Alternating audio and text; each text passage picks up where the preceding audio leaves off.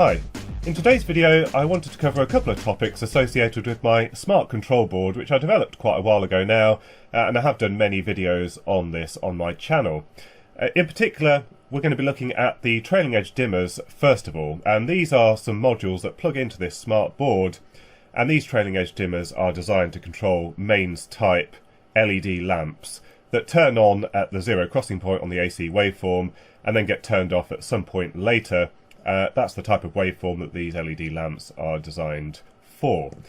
Now, this is my original design that uses a pair of series MOSFETs to allow us to control AC waveform with a signal from a microcontroller on the main board, and the output is fully isolated from everything else on the board using a isolated DC to DC converter, an opto-isolated gate driver, and also an opto-isolator here to detect the zero crossing point on the AC waveform.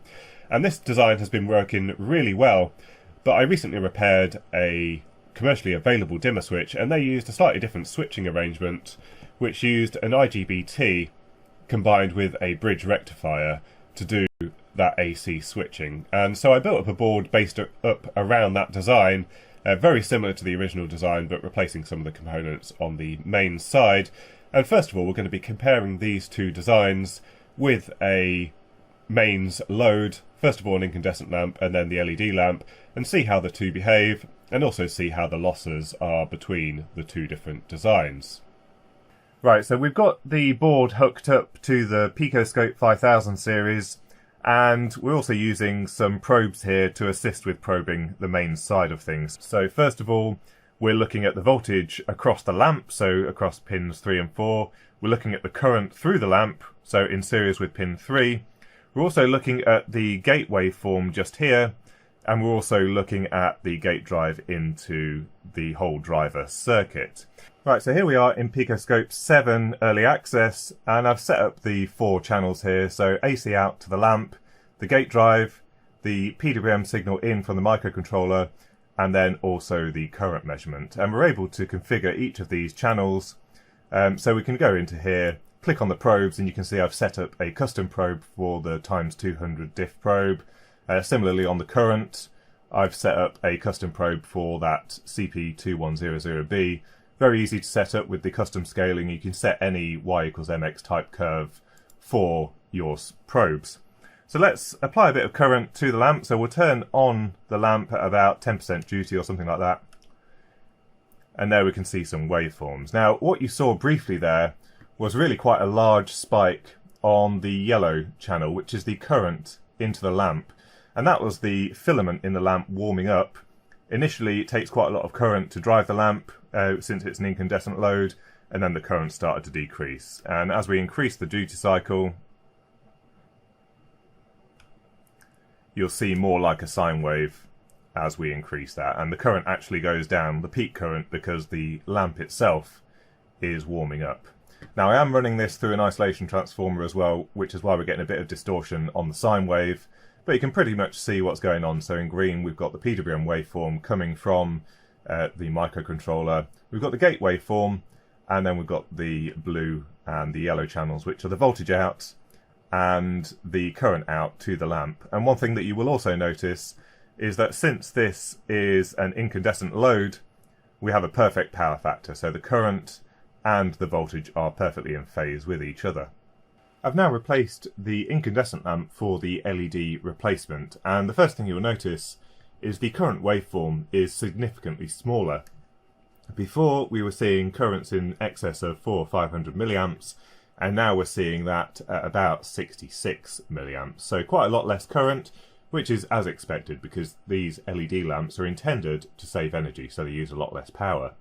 The other thing you'll notice, in contrast to the incandescent lamp, is the peak of the voltage waveform is not in line with the peak of the current waveform.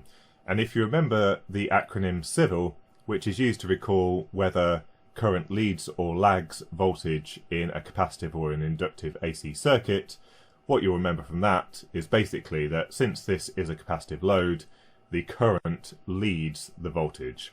And that does present its own problems for the network, so if everyone swaps to these lamps, we will see some imperfect power factors for each household, which has to be dealt with in other ways.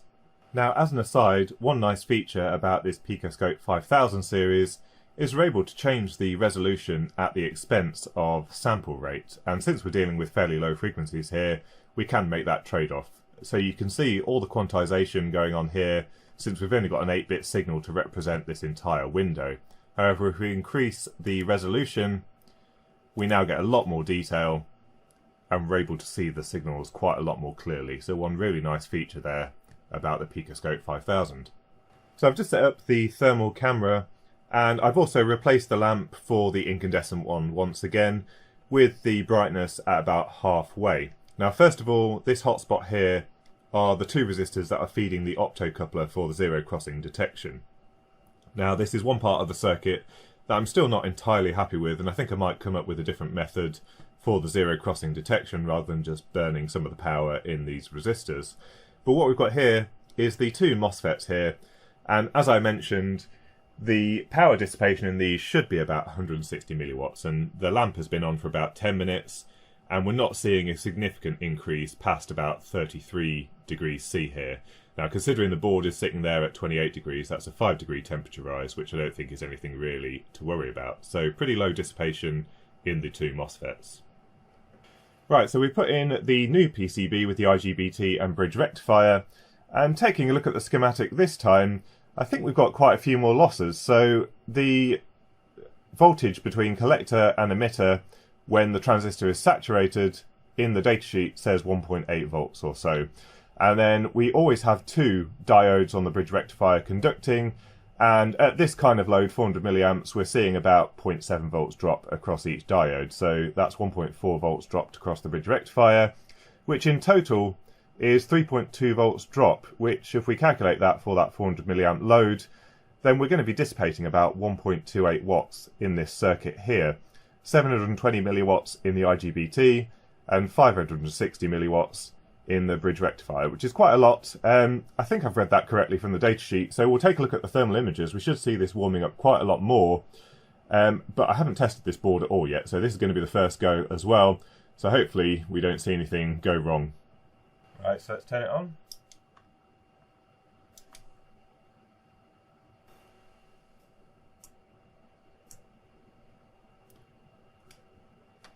And we're getting a really nice clean waveform there. So everything looks good. In red we've got the gate drive, and that's a nice clean stable waveform. The green is the PWM into the board. We've got the blue voltage waveform to the lamp, and then the current waveform in yellow. And at the moment that current's a little bit high because the lamp is not at full brightness, so the resistance is a little bit lower than it is at full brightness. If we increase it up to full brightness, we should see this drop, and we do. So that's it running at full power, about 560 milliamps.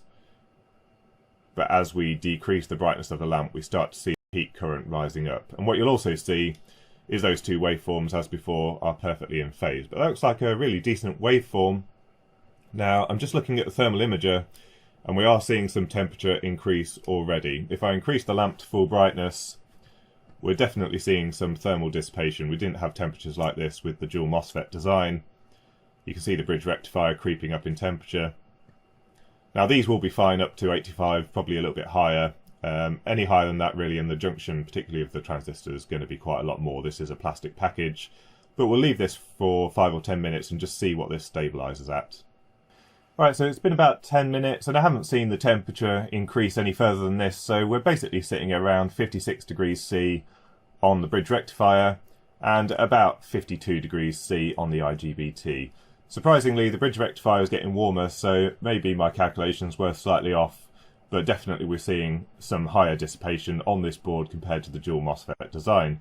Don't worry about this resistor, this is just a current limiting resistor into an LED that's lit up there from a 12 volt supply. And obviously, once again, we've got the two resistors for the zero crossing detection, which are dissipating a bit of power, sitting at 60 degrees C. So we've got the LED lamp in the lamp holder now, and we can see the waveforms looking very similar to the original dual MOSFET design. The current into the lamp has dropped down to about 50 milliamps, and everything's looking pretty clean. Now, there is a little bit of distortion here, as you can see. I think this is due to the isolation transformer more than anything else. It doesn't like these fast edges because it doesn't have a particularly low impedance. If I plug this into the mains, I'm pretty sure this would disappear. But this is an indication of the kind of distortion that we're introducing into the mains network by dimming these type of LED lamps. And also, as you can see, the power factor again off, so the peak of the voltage waveform here, but we've got this very distorted looking current waveform with the peak over here, but still drawing current all the way down to this point here. So really these LED lamps are not great, but the circuit itself seems to be working fine. With the LED lamp, we're looking at barely any temperature increase on the PCB. It's going up to about 32 degrees C on the IGBT and the bridge rectifier, but nothing really too concerning there. As expected, we're dealing with much lower currents now. So I've just quickly connected the differential probe across the dimmer switch. So basically this is measuring the voltage drop across the dimmer. And in blue, we're looking at the voltage drop here. Now with the LED lamp, we're seeing about 2 volts dropped across the dimmer switch on each half of the AC waveform. Now I calculated about 3.2 volts drop when we use the incandescent lamp. So let's take a look at that. And so here's the incandescent lamp, and we're looking at about 2.5 volts drop. Now it looks like the PicoScope software makes it really nice and easy for us to do maths on any of the waveforms, and probably more capable maths than many of the other oscilloscopes on the market, so we can do loads of stuff here. What we're doing is very simple, just the AC drop times the current, which is basically the power being dissipated on the dimmer switch. And then I've just set the colour to purple and called it A times D because we're multiplying the A channel by the D channel. And that is giving us a peak power dissipation of about 1.3 watts. Now we can also still do measurements on top of the math, so we're looking at the RMS of that, and it looks like the RMS power dissipation is just slightly under 1 watt with that 100 watt lamp in circuit. So yeah, about 1 watt, that seems to make sense for the temperature increase that we're seeing on the PCB. So now repeating the same thing with the MOSFET based driver, we can see that the losses are considerably lower. So in blue, we've got the voltage dropped across the dimmer switch, which is only about 0.53 volts peak. Power dissipation peak is about 245 milliwatts, and then the RMS at the bottom is only 150 milliwatts. So very, very low power dissipation in our dimmer switch when we use the dual MOSFET design. So our new dimmer PCB seems working really nicely, but what we did see there is a reduced efficiency when using this particular board. With that 100 watt load, we're dissipating about 1 watt in the PCB, so it's 99% efficient, but not as good as the dual MOSFET design. So that looks like everything's working nicely with the AC dimmers, and this main board is also designed to work with other plug-in modules, and one of those is this very simple relay module which just allows us to turn AC loads on and off. And I want to integrate this into the system that I'm using in my bathroom at the moment, and in the UK at least it's very common to have extractor fans in the bathroom to extract the humid air when you're having a shower and that kind of thing, but these are typically wired into the lighting circuit, and so every time someone goes in the bathroom and turns the light on, these fans turn on, and in particular in the winter months you're going to be extracting heated air from the house that then has to be replenished and reheated by the central heating system, which costs money, and we'll look at that in a moment. But I would like to address that problem by using this main control board. Now, many years ago I designed a humidity and temperature sensor which is quite discreet looking. It actually has an LED display which can shine through this front panel here.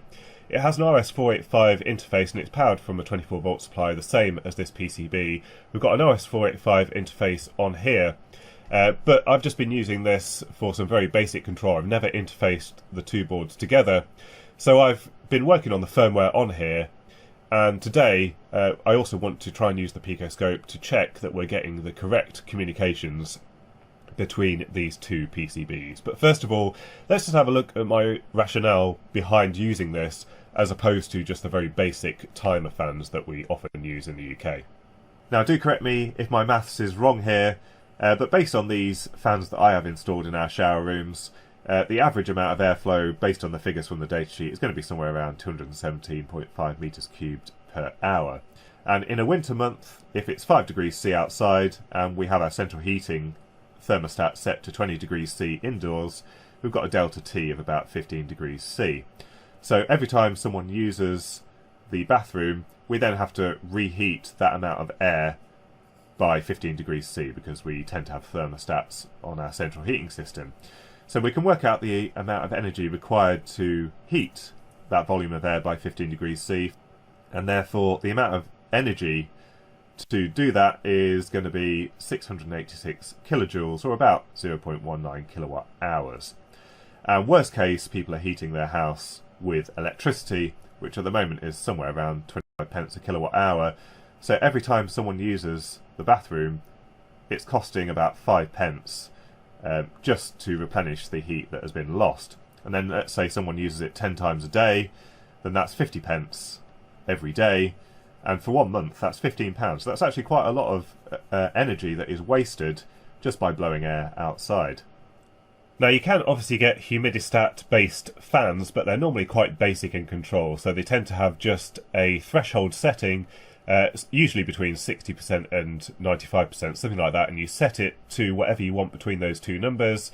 And basically, the fan will turn off if the humidity exceeds that number and turn off if it drops below. However, those controls are not that useful because usually you want to get your room quite dry after having a shower to avoid damp issues, but you also don't want it to trigger and leave the fan running all day if it happens to be a particularly humid day outside, for example.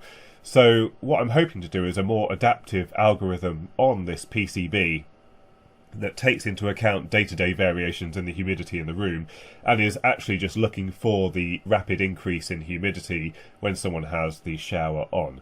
So after we've got all of this working, we're going to be leaving this system logging for a while just to see how the day-to-day variations occur and what the waveforms look like when someone uses the shower, and then I can revisit this and come up with some kind of algorithm for it. So sadly, it's not quite as straightforward as just plugging it together and it all working. We can see we get the blinking TX light here, so it's sending data out on the bus, but the RX light isn't flashing, so it doesn't seem to be getting anything back. Right, so we'll hook up the PicoScope to the RS485 bus just on the non-inverting channel, so this should look like the RS232 data. And we'll go to PicoScope 7. So there we go, we have some waveforms there. And we're definitely getting both parts of the comms, so we're getting the transmit and also the receive. Interestingly, the transmit part is quite low in amplitude, which doesn't quite make sense. We should be having about 3 volts there, like we see on the return signal. So let's put the serial decoder on. There's quite a lot of serial decoders on here that come with the software, so RS232, but we've got all of these available to us. Channel 1, we'll set the threshold to 1.25 volts. We're using 9 data bits here, and the baud rate is 250 kilobaud, and that's all correct, and that's all fine. So now, if we start that running, so yeah, all of the data looks correct there. We've got the data frame saying I'm looking to see what's there on channel 1, then a length byte which is 0 because there's no further data, and then we're getting the response back from the sensor 101, 6 bytes of data, and then all of the data and the checksum. So everything there looks correct. So interestingly, we're not receiving anything actually at the UART on the PIC. So first of all, we'll look at the TX data. But that was looking correct. So that's the data from the PIC, 0 to 3.3, so that's all good. And the RX on the RS485 transceiver, it's just reading complete garbage. So one thing that I noticed, first of all, is the signal levels were quite low on the signal coming from this PCB. And I think I just spotted the problem. It says operates from a single 5-volt supply. We're running this on 3.3 volts. So let's have a quick look at the specs. Supply voltage, yeah, 4.75 to 5.25. So there is a good chance we are just not able to run this particular chip on this PCB. I can't see anything else wrong So I think it might just be a simple case of swapping out this part. Let's try again. Aha, there we go. So we should now be getting data. You can see we're now transmitting data on this bus here, and you might just be able to see the RX light flashing here as well. So it looks like that's all working. Let's dim the lights down a bit. Yeah, you can see the green's quite a lot brighter, but the amber light is flashing there on the RX line as well. So that's good. So let's just double check what the bus looks like now, because those voltage levels were a bit concerning. Let's check this has fixed it. And so yeah, that's much more like it. So this is actually on the RS485 bus, and we're getting amplitude between 0.5 and about 3 volts, which is what we're expecting there. And if we look on the data line that we were previously seeing all that noise on, that's now a good clean signal, 0 to 3.3 volts. So we're receiving that data properly. I do need to change that other chip. Right, so I've replaced the other transceiver, and I plan to feed this directly into a laptop just using a normal FT232 transceiver. We can do that by just using the non-inverting channel here on the output here. Let's have a quick look at the PicoScope software again. So yeah, we're getting a good 0 to 3.3 volt signal, as you can see. We're also getting some varying data. Now, we're getting loads of framing errors and stuff like that because the baud rate's all set wrong. This was for our previous connection.